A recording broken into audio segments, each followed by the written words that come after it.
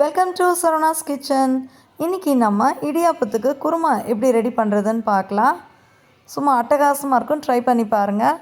ஒரு பேன் அடுப்பில் வச்சு 1 டேபிள் ஸ்பூன் அளவுக்கு எண்ணெய் ஊற்றிட்டு அது காஞ்சதுக்கப்புறம் பட்டை, பிரியாணி இலை, கிராம்பு, கொஞ்சம் கருவேப்பிலை எல்லாம் நல்ல கலர் சேஞ்ச் ஆனதுக்கப்புறம் 1 ஸ்பூன் அளவுக்கு இஞ்சி பூண்டு பேஸ்ட் போட்டுட்டு அதையும் நல்லா மிக்ஸ் பண்ணிடுங்க.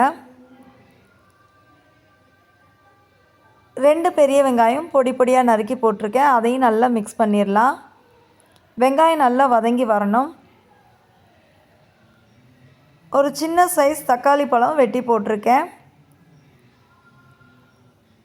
வெங்காயம் நல்லா வதங்கினதுக்கப்புறம் தக்காளியை போடணும். தக்காளி நல்லா வதங்கி வரணும். 1/4 ஸ்பூன் மஞ்சள், தேவையான அளவு உப்பு போட்டுட்டு அதையும் நல்லா மிக்ஸ் பண்ணிடலாம். தக்காளி நல்லா மசிஞ்சு வரட்டும்.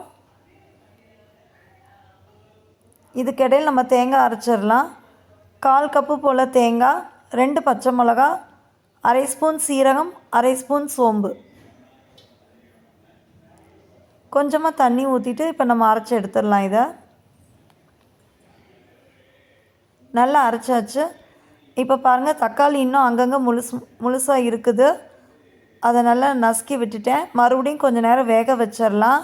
தக்காளி நல்லா மசிஞ்சு வந்ததுக்கப்புறம் 1 ஸ்பூன் அளவுக்கு மிளகாய்த்தூள், 3/4 ஸ்பூன் மல்லித்தூள், அதையும் நல்லா மிக்ஸ் பண்ணிடலாம்.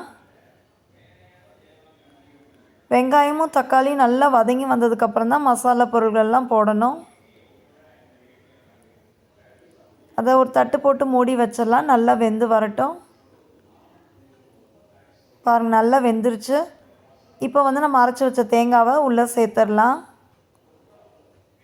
அந்த ஜார்லேயும் கொஞ்சம் தண்ணி கலந்து ஊற்றிக்கலாம் நம்ம.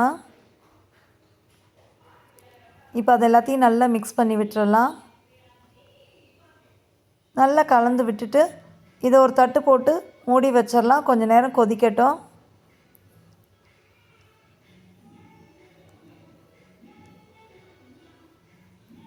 இப்போ கொதிச்சிருச்சு. ஒரு தடவை மிக்ஸ் பண்ணிடலாம். மிக்ஸ் பண்ணிவிட்டு இந்த கன்சிஸ்டன்சி போதுன்னா கொத்தமல்லி தழை தூவி விட்டுட்டு ஸ்டவ் ஆஃப் பண்ணிடலாம். அவ்வளோதான், நம்மளோட இடியாப்பத்துக்கு ஏற்ற குருமா சூப்பராக ரெடி ஆகிடுச்சு. நல்ல டேஸ்ட்டாகவும் இருக்கும். ட்ரை பண்ணி பாருங்கள். இந்த ரெசிபி உங்களுக்கு பிடிச்சிருந்தா லைக் பண்ணுங்கள், ஷேர் பண்ணுங்கள், கமெண்ட் பண்ணுங்கள், சப்ஸ்கிரைப் பண்ணுங்கள். தேங்க்ஸ் ஃபார் வாட்சிங்.